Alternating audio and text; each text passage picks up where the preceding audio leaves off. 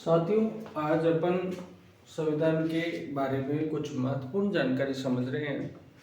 तो सबसे इम्पोर्टेंट बात यह है कि संविधान में हमें दो चीज़ें बहुत ही अच्छे से समझ में आना चाहिए।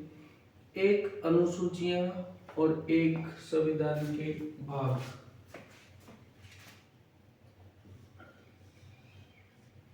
देखो साथियों, अध्ययन की सुविधा के आधार पर मैं आपको इसको और पास कर देता हूँ ताकि आप देख सको। बड़ी मेहनत से लिखा गया है, ठीक है। तो देखो,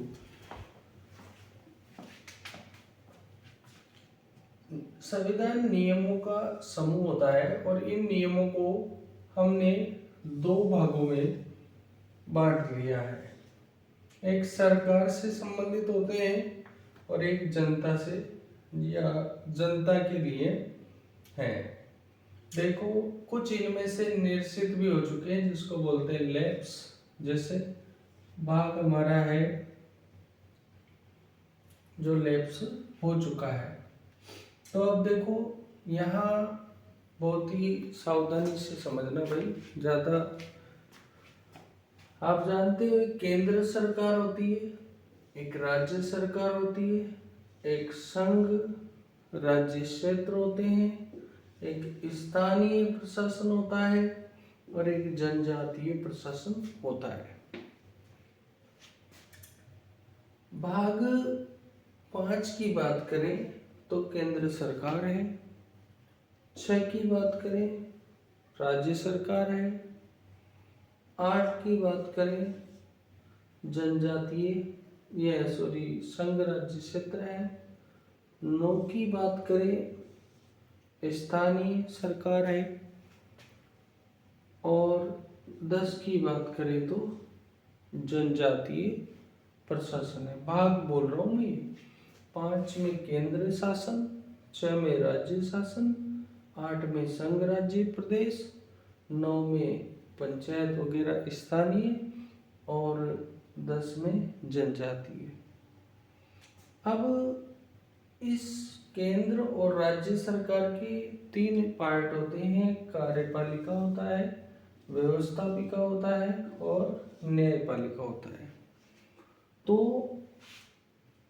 इधर आर्टिकल मैंने लिखे हैं केंद्र के और इधर लिखे हैं मैंने राज्य के, पर अभी मैं इनको नहीं बता रहा हूँ, इनको अपन बाद में देख लेंगे।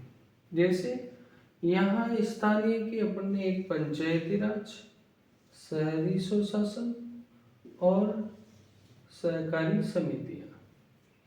तो देखो,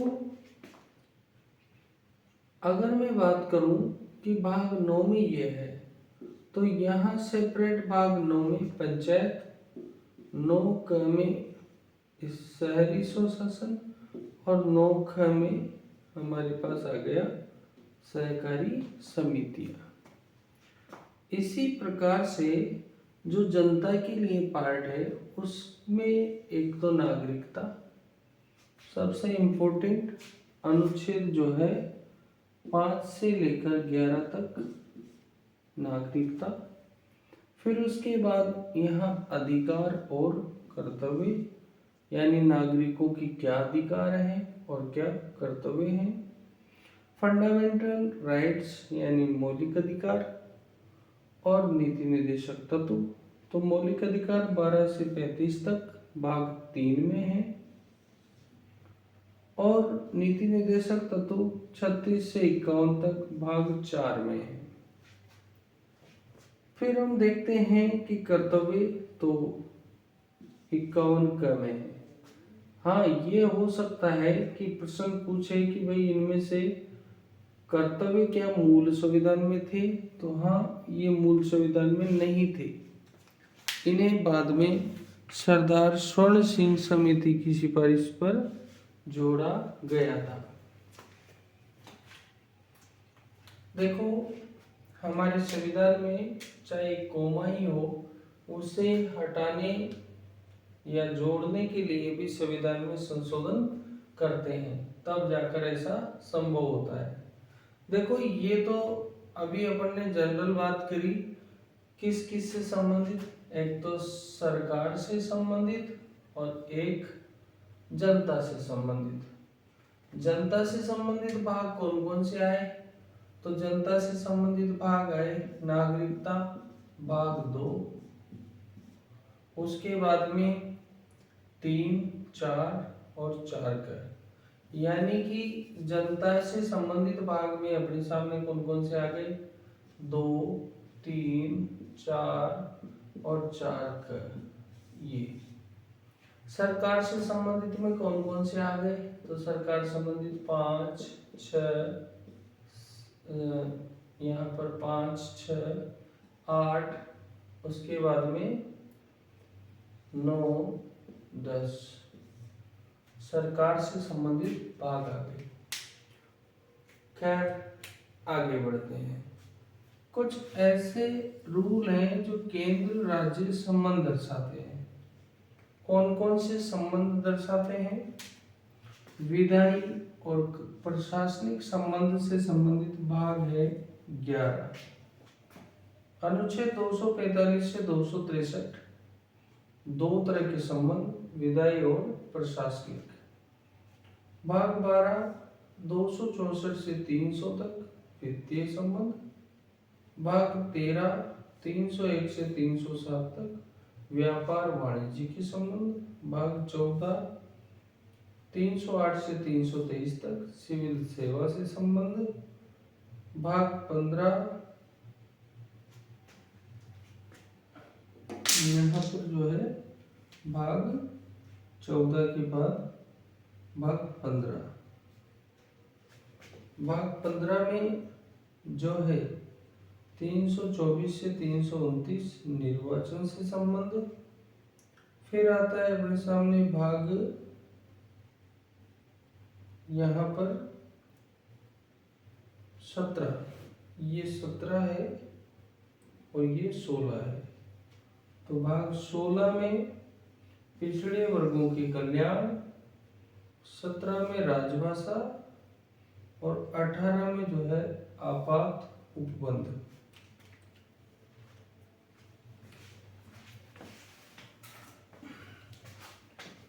इसके बाद बात करते हैं कि भाग 19। देखिए ज़्यादा तेज गति से खाने का प्रयास नहीं करें। जैसे जैसे आप इसको ड्रॉ करेंगे वैसे वैसे आंकड़ा पकड़ में आएगा। अब आप अगर ऐसे दिमाग लगाते हैं कि यार ये तो बड़ी बीमारी है, तो ये कोई बीमारी नहीं है। बीमारी तो वो है जो आपने कर रखी है। और वो कौन सी बीमारी कर रखी है? जो आप लोग बार बार अलग अलग तरह से आर्टिकलों को रट रहे हैं। तो आप सबसे बेस्ट है 5 बार आप ऐसे बना के देखिए, फिर आप देखना कि वो ठीक है या ये ठीक है। पर ये 4-5 बार बनाना पड़ेगा। भाग यहाँ आ गए 19 प्रकीर्ण 361 से 367।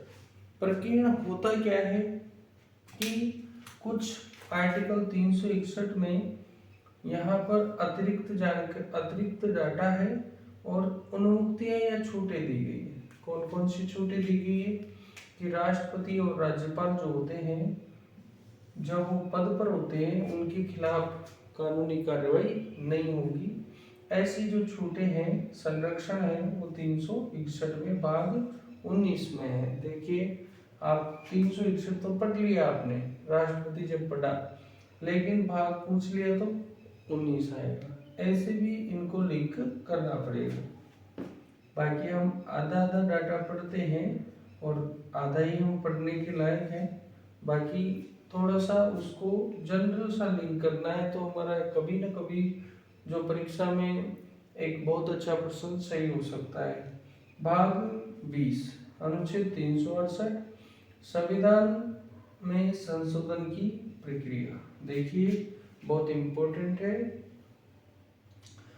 उसके बाद में भाग 21, इसमें 369 से 392 राज्यों के बारे में विशेष प्रावधान उपबंध पढ़ेंगे अपन। 370 371 को डिटेल में, इन सारे भागों को डिटेल में पढ़ेंगे। फिर देखो भाग 22 393 से 395। और अगर प्रश्न ये पूछ ले कि इन सभी भागों में से कौन सा भाग सबसे पहले लागू हुआ, तो ये 22 वाला भाग हुआ, क्योंकि इस भाग में आर्टिकल 393 में ही लिखा था कि भारत का संविधान और ये जो 16 अनुच्छेद हैं यह सर्वप्रथम जो 26 जनवरी 1950 से पहले ही लागू हो गए। तो इसमें आर्टिकल 393 में संविधान का नाम है, 94 जो है उसमें अपन देखते हैं तो वो आर्टिकल है, और अगर हम बात करें 95 तो इसको निश्चित कर दिया गया है। तो ये इस तरह से हमने 22 भागों की बात की। अभी आगे बढ़ते हैं। इसी प्रकार से संविधान में पहले जो है, अब भाग तो 25 हो चुके देखो, और मूल रूप से कितने थे 22। ऐसे ही अनुसूचियां प्रारंभ में कितनी थी 8, और अब कितनी हो गई है 12। देखो पहली अनुसूची में 28 राज्य और 8 केंद्र शासित प्रदेश का वर्णन है। दूसरी में पदाधिकारियों का वेतन है। पदाधिकारी कौन कौन है, जैसे हमारे संवैधानिक पदाधिकारी राष्ट्रपति, उपराष्ट्रपति, और जो भी बड़े पदाधिकारी हैं, लोकसभा स्पीकर, न्यायाधीश, इन सभी का वर्णन जो वेतन के बारे में है वो अनुसूची 2 में है। यहाँ ट्रिक भी बना सकते हैं, पर वेतन 2 तो वेतन 2 में आ जाएगा। 3 में पदाधिकारियों द्वारा शपथ का प्रावधान है। 4 में राज्यसभा में प्रतिनिधित्व, मतलब कुल मिलाकर के राज्यसभा की सीटें राज्यों से जो चुनकर जाती है, तो राज्य और संघ का मैच हो रहा है, संघात्मक प्रभाव दिखाई दे रहा है। राजस्थान और उड़ीसा में 10, पंजाब, उसके बाद असम, और यहाँ पर राज्यसभा में प्रतिनिधित्व तेलंगाना 7, यहाँ पर हरियाणा, छत्तीसगढ़ 5, यहाँ पर गुजरात, महाराष्ट्र, आंध्र प्रदेश 11, महाराष्ट्र नहीं, मध्य प्रदेश और आंध्र प्रदेश 11, पश्चिम बंगाल और बिहार 16, दिल्ली, उत्तराखंड, हिमाचल प्रदेश में 3, नॉर्थ ईस्ट स्टेट में 1, यहाँ पर गोवा और पांडिचेरी में 1, असम में हमने देख ली, यूपी में सबसे ज्यादा 31, तमिलनाडु 18, महाराष्ट्र 19, कर्नाटक 12, केरल 9, और यहाँ पर जम्मू की बात करें तो 4, और झारखंड की बात करें तो 6। इस तरह से सीटें हमें दिखाई देगी। तो जम्मू कश्मीर में 4 और झारखंड में 6, कुल मिलाकर के राज्यसभा की सीटें हैं, और पेपर में आती है 3 तरह से आ सकती है। किसी भी राज्य की पूछ ले, कौन कौन से राज्य की समान है ये भी पूछ ले, ये पूछा था रीट वाले पेपर में पूछा था ये पिछली बार, लेकिन सबकी अलग अलग फीलिंग्स हैं। अगले बिंदु पे आते हैं। असम, मेघालय, अनुसूची नंबर 5, असम, मेघालय, मिजोरम, त्रिपुरा, दार्जिलिंग, इनको छोड़कर जनजातीय क्षेत्रों के विशेष प्रावधान, ये बात सभी को याद होती है, सेम बात है। लेकिन यहाँ जो भाग अनुसूची 5 है इसमें लिखा हुआ है जनजातीय सलाहकार परिषद का इसमें वर्णन है, और इस परिषद में 20 सदस्य होते हैं। ये वेरी इंपॉर्टेंट है। और उसमें से 3/4 सदस्य एसटी के एमएलए होना जरूरी है। तो कुल मिलाकर के प्रश्न ये है कि जनजातीय सलाहकार परिषद का उल्लेख किसमें मिलेगा, तो अपने अनुसूची 5। अब आते 6, असम, मेघालय, मिजोरम, त्रिपुरा और जो दार्जिलिंग था उसको ले लो छठी में। इसमें जिला जनजातीय परिषद का प्रावधान है, वेरी इंपॉर्टेंट।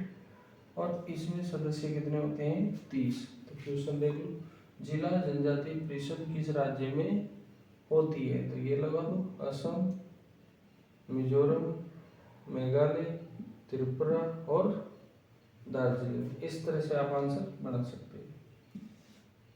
अनुसूची 7 संघात्मक शासन का प्रतिरूप है। इसमें कुल 3 सूचियां दी गई है। और अगर 3 सूचियों में बात करें तो संघ सूची, राज्य सूची, समवर्ती सूची, सब पे अलग अलग विषय दिए गए हैं। हम विषय की चर्चा छोड़ रहे हैं, लेकिन हम जो मुख्य बिंदु है, तो इसमें क्या होता है कि इसमें अलग अलग विषयों पर संघ, विषयों पर संघ, राज्य पे राज्य और समवर्ती पर दोनों कानून बना सकते हैं। लेकिन कुछ कंडीशन में राज्य के विषयों पर कानून संघ बनाता है, यानी संसद बनाती है। जैसे आर्टिकल 249, जब राज्यसभा किसी बिल को पारित करके भेजे, तब 250 आपातकाल के समय, और यहाँ पर 252 और 253 जब कोई वर्ल्ड लेवल की संधि वगैरह हो, तो उस कारण भी राज्य सूची पर नियम संसद बना सकती है। तो ये चारों आर्टिकल यही बोलते हैं कि राज्य सूची पर भी संसद कानून बनाती है। और कौन कौन से आर्टिकलों में से रूल है, तो 49, 50, 52 और 53। समवर्ती सूची की बात आती है। समवर्ती सूची पर दोनों नियम बनाते हैं। और समवर्ती सूची जो है, आर्टिकल यहाँ पर 254 में इसके कुछ विशेष प्रावधान किए गए हैं। तो 254 में कहा गया है कि जब समवर्ती सूची पर केंद्र और राज्य का टकराव हो जाता है, तो केंद्र का जो कानून है वो ज़्यादा महत्वपूर्ण माना जाता है। तो इस तरह का आर्टिकल 254 है। इसके अलावा एक संशोधन हुआ था, 42वां संशोधन 1976, जिसमें 5 इम्पोर्टेंट रूल जो निकाले गए थे और उनको राज्य सूची से निकाल करके समवर्ती सूची में जोड़ा गया था। सबसे इम्पोर्टेंट रूल था वन्य जीव, उसके बाद में शिक्षा, मापतोल और जनसंख्या। वन्य जीव, शिक्षा, मापतोल और जनसंख्या। तो ये 5 रूल जो है यहाँ से हटाए थे, यहाँ जोड़े थे। तो यहाँ पर जो है 66 थे, तो वो 61 रह गए थे और यहाँ पर बढ़ गए थे। तो इस तरह से ये इम्पोर्टेंट संशोधन हुआ था 7वीं अनुसूची में। ये तो बहुत बड़ा संशोधन है, मिनी संशोधन, लघु संविधान इसे कहा जाता है। उसके बाद आती है बात 8वीं अनुसूची की। कितनी भाषाएं हैं, 22। 14 भाषाएं पहले से थी, 15वीं भाषा सिंधी जोड़ी गई, 21वां संशोधन से जोड़ी थी 1967 में। उसके बाद 16वीं, 17वीं और 18वीं, ये 3 भाषाएं एक साथ जोड़ी। इनको याद करते हैं अपन नमक ट्रिक बना करके। नेपाली, मणिपुरी, कोंकणी 16, 17, 18 और 71वें संशोधन 1992 के द्वारा इन्हें जोड़ा गया। उसके बाद फिर 19वीं, 20वीं, 21वीं, 22वीं, ये BDMS से याद करते हैं, बोडो, डोगरी, मैथिली, संथाली। और 12वें संशोधन 2003 द्वारा जोड़ा गया। इसी तरह से जो है, पर आज भी इसमें कुछ भाषाएं नहीं है, जैसे राजस्थानी नहीं है, इंग्लिश नहीं है, तो ये परीक्षा में पूछा जा सकता है। उर्दू, संस्कृत वगैरह है। यहाँ पर एक 96वां संशोधन 2001 इम्पोर्टेंट है, 11। उड़िया जो थी, इसको ओडिया किया गया, इसके लिए था ये। फिर अब क्या होता है कि ये जो 9वीं 10वीं, 11वीं और 12वीं, ये चारों अनुसूचियां बाद में जोड़ी गई। 9वीं अनुसूची में भूमि सुधार के रूल जोड़े गए और पहले संशोधन के द्वारा इसको जोड़ा गया था 1951 में ही। इसमें 284 कानून है और तमिलनाडु आरक्षण केस हुआ था 1973 में। तो इस केस में पहले ये रूल था कि 9वीं अनुसूची में डाले गए किसी भी विषय को जो है न्यायालय पुनरावलोकन या न्यायालय में से क्षेत्राधिकार से बाहर रखा जाएगा, किंतु जब इस केस का निर्णय आया तो ये डिसाइड हुआ कि भाई इस अनुसूची में भी पुनरावलोकन हो सकता है, ऐसा नहीं है कि नहीं होगा। तो अब ये भी उसमें आता है।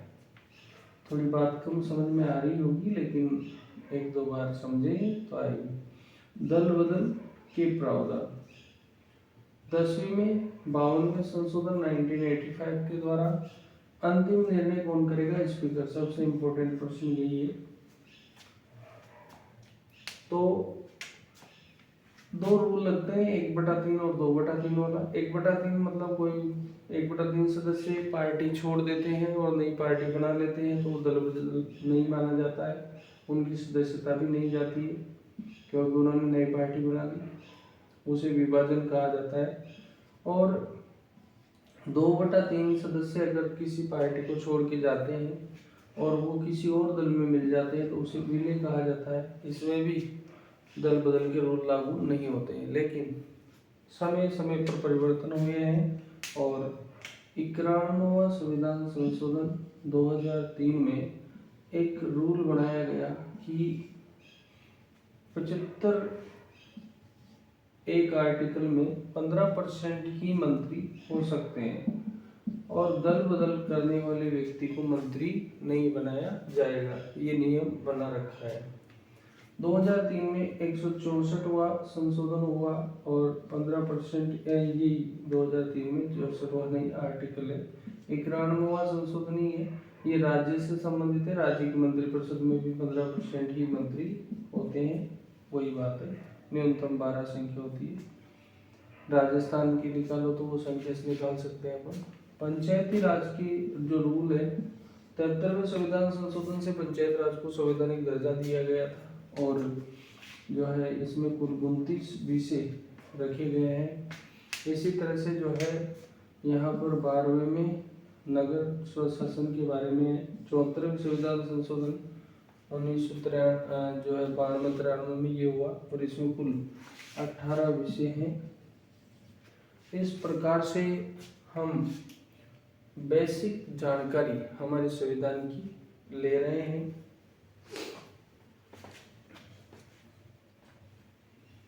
तो साथियों, आप लोगों को ऐसा महसूस हो सकता है कि जो मैं डाटा आपको बता रहा हूँ यह आप लोगों को टफ लगे, किंतु दोस्तों मैंने बहुत ही वैज्ञानिक तरीके से इसको जमाया है।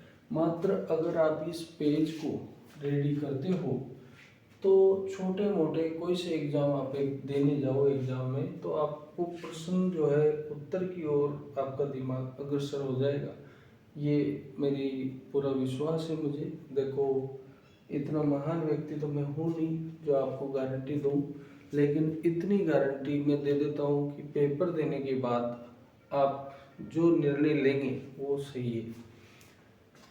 बाकी गारंटियाँ बहुत चलती है। तो ये जो मैंने आज आपको डायग्राम बताने का प्रयास किया है, अगर कोई त्रुटि हो तो क्षमा करें। बाकी पूरा प्रयास यही किया गया है कि कोई त्रुटि नहीं हो। अगली क्लास में मैं एक एक टॉपिक पर और चर्चा करूँगा। आप लोगों का जो